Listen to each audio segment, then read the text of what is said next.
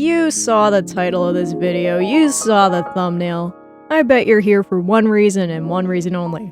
Gay people, YURI, I see no difference, love is love, and all that. That's what you're here for, and that's what I've got for you guys today. Every Pokemon fan knows that the Lunar duo is very iconic. Darkrai's like an extremely cool edgelord who's also got a heart of gold, and Cresselia is just really cool, great roaming Pokemon, great shiny. And they couldn't be more different from each other, and yet there's something really interesting going on between these two, and I think literally everyone agrees. I mean, their relationship is so interesting, right? That Darkrai has the Nightmare ability, which, if you aren't familiar, means that it gives nightmares to anyone who falls asleep near it, which is a defense mechanism, I think, in the lore. And the way you can become immune to this or be cured from one of these nightmares, at least according to the games, is with one of Cresselia's lunar wings, which is a feather that she would be shedding. So, on one hand, like, Cresselia is seen as like the good one and Darkrai is seen as like the evil one, but Darkrai is not really malevolent, and I don't think they have a bad relationship either, and so their relationship is just very interesting, complex, and everyone just thinks it's really neat. Some people may depict them as enemies, some people will depict them as siblings, like twins that are just polar opposites of each other, which is kind of fun. Some people will do like a typical pet romance thing, which is all fun and good, but fellas, I'm doing some bona fide yurification of these two because I paid too much for art school not to use my skills for silly, self-indulgent things. I ain't doing any more justifying. Let's just look at the designs.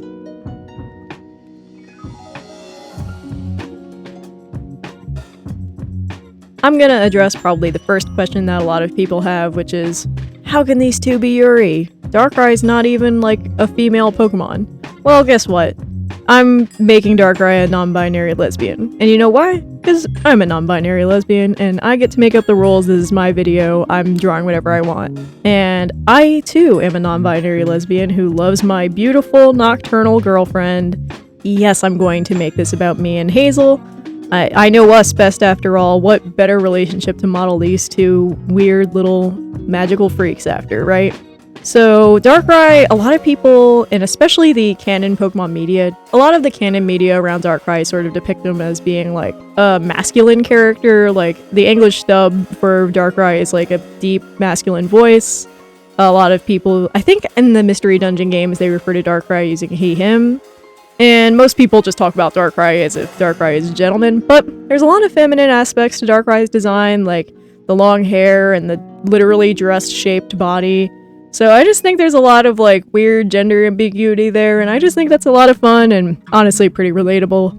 And I gotta say, there's something about the yearn factor with Darkrai that's also very like lesbian coded to me. Maybe I just do a lot of sapphic yearning, but you know, there's something about the fact that Darkrai wants to be friends with people, wants to get along with others, and yet finds himself so like unable to do that or so difficult to do that. And the sort of weird, strained relationship that maybe Cresselia and Darkrai have in, like, the canon Pokemon lore. There's something kind of mysterious and weird. Like, they live on two different islands, but the islands are, like, right next to each other. There's something very, like, tense and yearningful about it that I think is really fun. And I think really lends itself to a Yuri-type story. I think my character for Darkrai is probably an any pronouns user. I mean, whatever gender is the funniest, I would say. Or, I guess, Darkrai is more of a serious character, so I guess whatever gender is the most serious at any given time, as opposed to silly. I'll probably just be using whatever I feel like using for the flow of a sentence when talking about my Darkrai character, who I also came up with a name for. I would say the name for my Darkrai character is probably Nemo, both like the name meaning nobody, but also like it being short for the phrase new moon, because I thought that would be kind of cheeky and fun. And no, I'm not talking about the fish. Please, nobody comment about the fish. I love that movie, but this isn't about him. This is more about, like, the 20,000 Leagues Under the Sea guy and Captain Nemo and how he's, like, all foreboding and brooding and a weird little sea captain. I think that's more the vibe that this Nemo has. Sort of like this standoffish, aloof sort of character who seems very unapproachable but isn't actually mean or anything. They just kind of look like that. And I just love this like cloaked figure vibe. I know I just talked about the fact that Darkrai looks like a dress, but I did not make this character wear a dress. I know, I could have. It really would have added to the Darkrai like silhouette, but I really like the idea of a mysterious and ominous cloaked figure, and I feel like the like archetypal jacket for that is a trench coat. Like a nice, proper, like, 1920s noir detective trench coat. And it lends itself to being more mysterious. It still gives that, like, billowy bottom, like how a dress would have. I don't know, I think it just looks really nice, and I wanted it to have a very different silhouette for Cresselia, who I wanted to do a short, puffy skirt for. Which, honestly, looks a bit more like Darkrai's actual silhouette, but I really wanted these two to read completely different as far as shapes go. And speaking of Cresselia, let's take a look at her. This character, I'm going to say, her name's Claire, which is just a joke about Claire de Lune, because I think she's a very classical music type character. I know obviously Claire de Lune is like the light of the moon, you know, seeing the moon clearly. What could be more Cresselia than that? She's more of a high femme character, but unlike a lot of high femme characters, I gave her like a really weird haircut. The way that this design came out kind of reminds me of like an 80s Saturday morning action cartoon. Like, she looks like a background character from the original run of She-Ra to me, but she's just like not buff or anything. She's not buff or anything. She's just like really weird, and she looks like she could be a very strange toy, which I kind of love. Not gonna lie, I wasn't really in love with the initial draft of Cresselia's design. I like a lot of elements and a lot of the ideas, but I ended up not being happy with this one, so the next part of this video is actually going to be me revisiting it, then redesigning it, just to give it a little more polish. But I still want to talk about her and her vibes. So Claire here, she's more high femme. I wanted her to have like this fantastical, angelic, fairy-like appearance. Like, aside from the fact that their color palette is crazy, I would say Darkrai looks like someone you could see on the street, potentially. But if you saw someone walking around wearing this outfit, looking like this, with this haircut on the street, you would be like, who is this creature? Who is this ethereal woman? Like, I wanted to have that sort of weird, like, not of this world vibe with Cresselia, as opposed to Darkrai, who I feel like is a little more down to earth. So Cresselia probably floats a lot. I mean, Darkrai also is a floating creature. That's the one of the few things they actually have in common with each other's designs. But while Darkrai does occasionally have feet and land, Cresselia just doesn't. She's really only got arms and a head and is vaguely shaped like a bird, so she's always floating. I think this character can land, but she spends a lot of her time levitating just because I think she has a lot of fun doing it. I like to think that with that same power is how she gets all her like ribbons all floaty and fun like that. And I just think she's really funny and cute. She has like these little ballet shoes, and I like to think that they're never dirty because even though she literally wears them on her feet outside all the time, she just never touches the ground, so she's like very immaculate and clean, versus like Darkrai, who's like maybe doesn't care about getting their boots dirty and like walks through mud all the time without a care in the world. And I just think that's a fun little dynamic for these two to have. I think they might be about similar in height, even though I think Darkrai and Cresselia are similar in size in canon. Don't quote me on it, I'm not actually looking at their stats right now. But I think they're somewhere in like the 5-foot-ish range, maybe like my size basically. And while they are similarly sized, Darkrai's hair does go up really high, and I think Cresselia spends a lot of time floating, so I think they actually spend very little time at each other's eye level, just because of the way that they move and interact. I don't really see either of these characters as being particularly outgoing or talkative. Like, I think Darkrai is just very quiet, and I think Cresselia is just like very eccentric and in her own world, and I think she'll talk to people if people talk to her first, but she's not going to be the one to start any conversations. I mean, I feel like most legendary and mythical Pokemon are very hermit-like, just in their nature of being very rare Pokemon. So I think these characters would also be rather reserved, not talking to people a lot. I just think that more people are willing to approach Cresselia just because she seems more approachable, whereas Darkrai seems a little bit more threatening. Even though they both are fairly chill characters, like I think they both will not be mean. I think they're very nice people. It's just that people are just intimidated by Darkrai because their face is always hidden and they got that crazy, insane hair. Whereas while Cresselia looks like a crazy person, like a crazy theater kid out loose on the street during dress rehearsal, I think people find her like friendly looking, so they're more likely to talk to her. And so there's probably like this misconception that Cresselia is friendlier when they're really just like very similar in their personalities when they talk to strangers. It's just that most people don't want to talk to Darkrai. Overall, I'm pretty happy with these first drafts. I think they came out pretty cute. I'm obviously going to do some reworking with Cresselia, so that'll be the next segment. But I think Darkrai came out really good. I thought about revisiting this design, but I'm really, really happy with it. I think it came out really cute. So you'll be seeing her again in the last drawing of the video. But first, let's go visit Cresselia.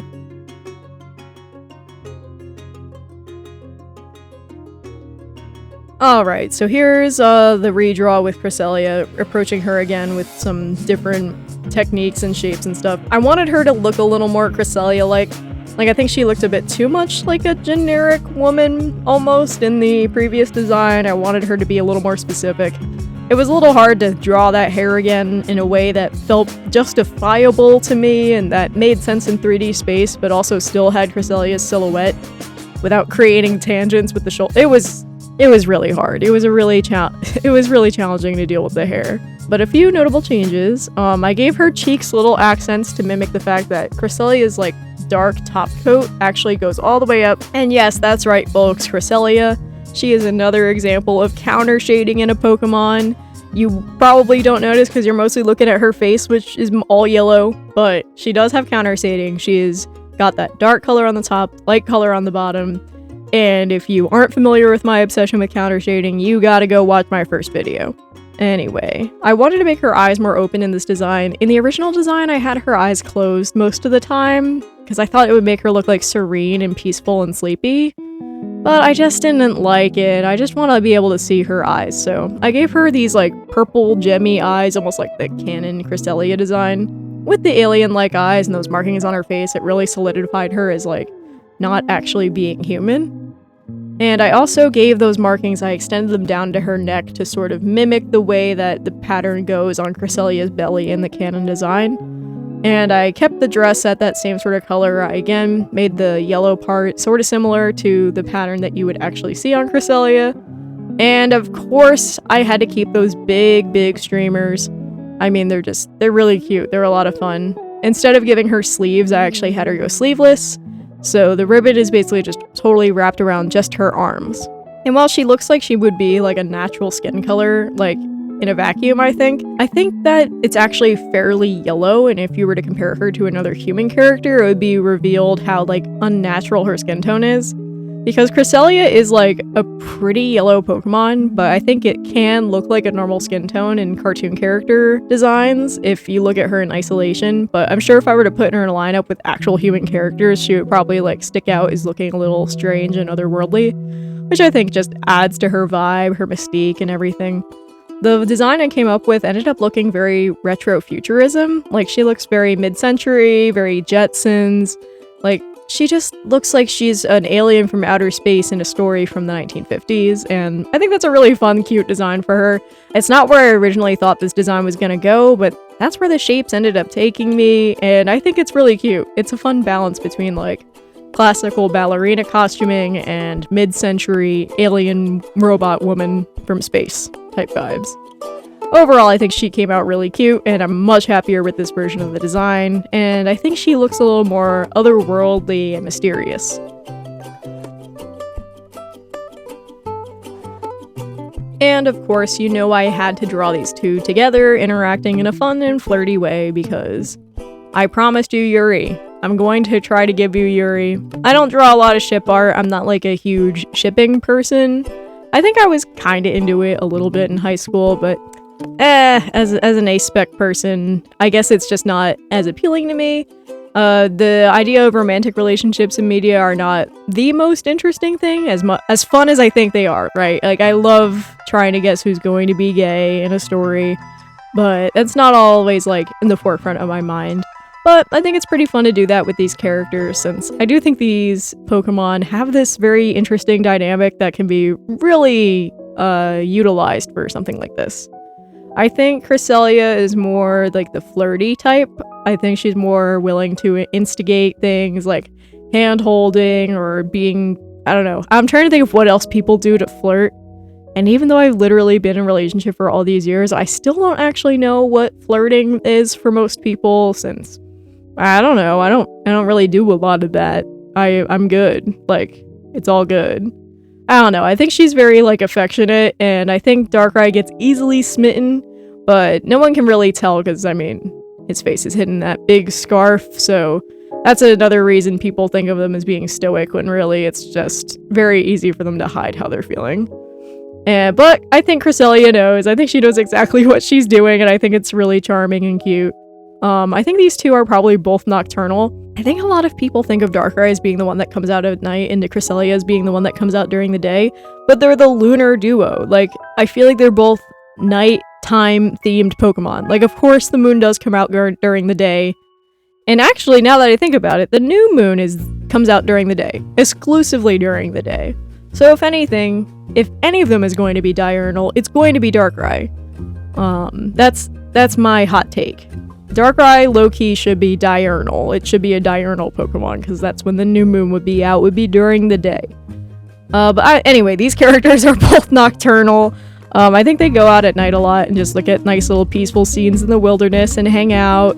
I like to think maybe they have friends that would be other characters based on like legendary and or mythical Pokemon, but I don't have those characters yet, so I can't really expound upon those relationships until I have those other characters, which that could be another video if you guys are interested.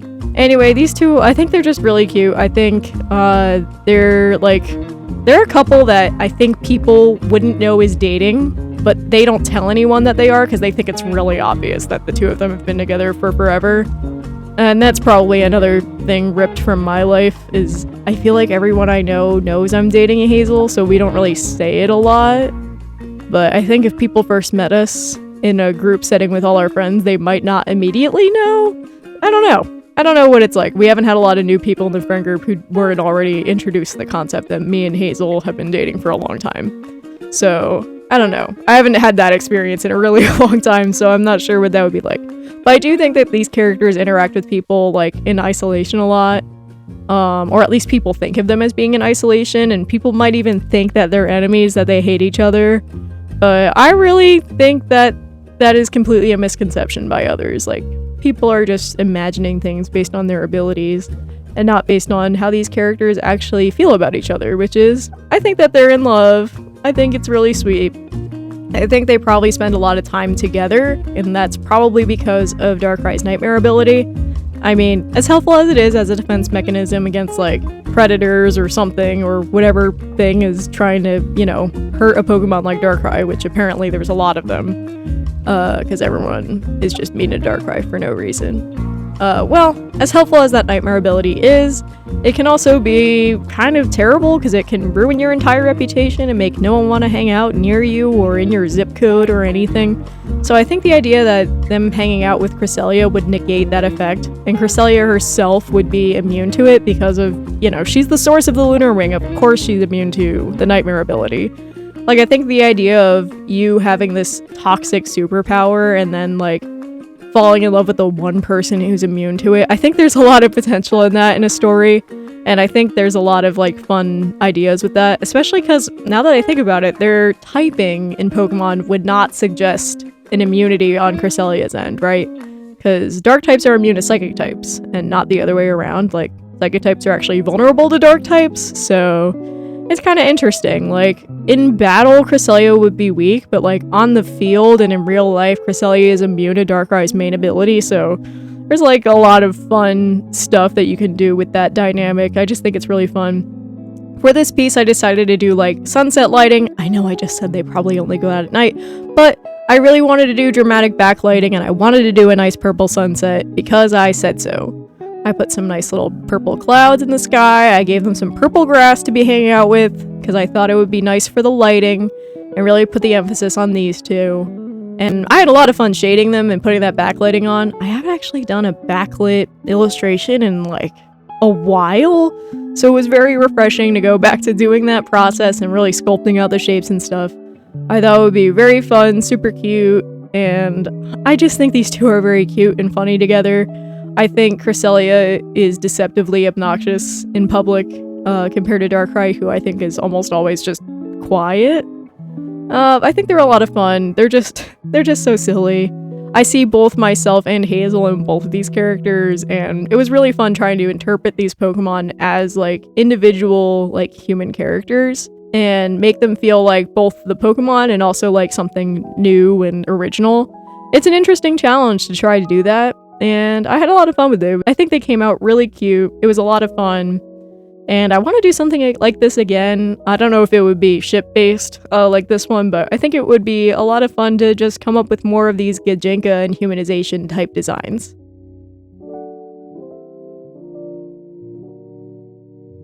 Alright, that's all the art I've got for you guys today. I only had it in me to do 3 illustrations for this, and 2 of them were character sheets, and one of the characters I did twice. Or technically in all 3 pieces, because that's just how it is sometimes when you're doing character design on the fly. Anyway, I hope you guys enjoyed this. I had a lot of fun with these characters. Who do you like better, Nemo or Claire? Or do you like them both equally? I would say I like them both equally. I think they're both very cute. I'm pretty happy with them. I would like to do more Pokemon Gijinka designs in the future, so if you have any ideas, let me know. Maybe they can be friends with these 2 in the future. If you have any other speed paint ideas, please let me know in the comments. I would love to have more inspiration and ideas to add to my extensive to-do list. If you would like to support me, I recommend checking out my Ko-fi page. I'm trying to save up to move sometime next year, so anything you guys can pitch in to help with that goal, I would really appreciate it. It would really help out a lot. And if you would like, you can subscribe. I would like to hit 100 subscribers at some point soon, so I can do a celebration video for that, but no pressure. I'm not your mother. You don't have to do what I tell you to do. And with that, I believe that's everything. So thank you guys so much for watching. I hope you enjoyed, and I will see you guys in the next one. Go out there and make some art.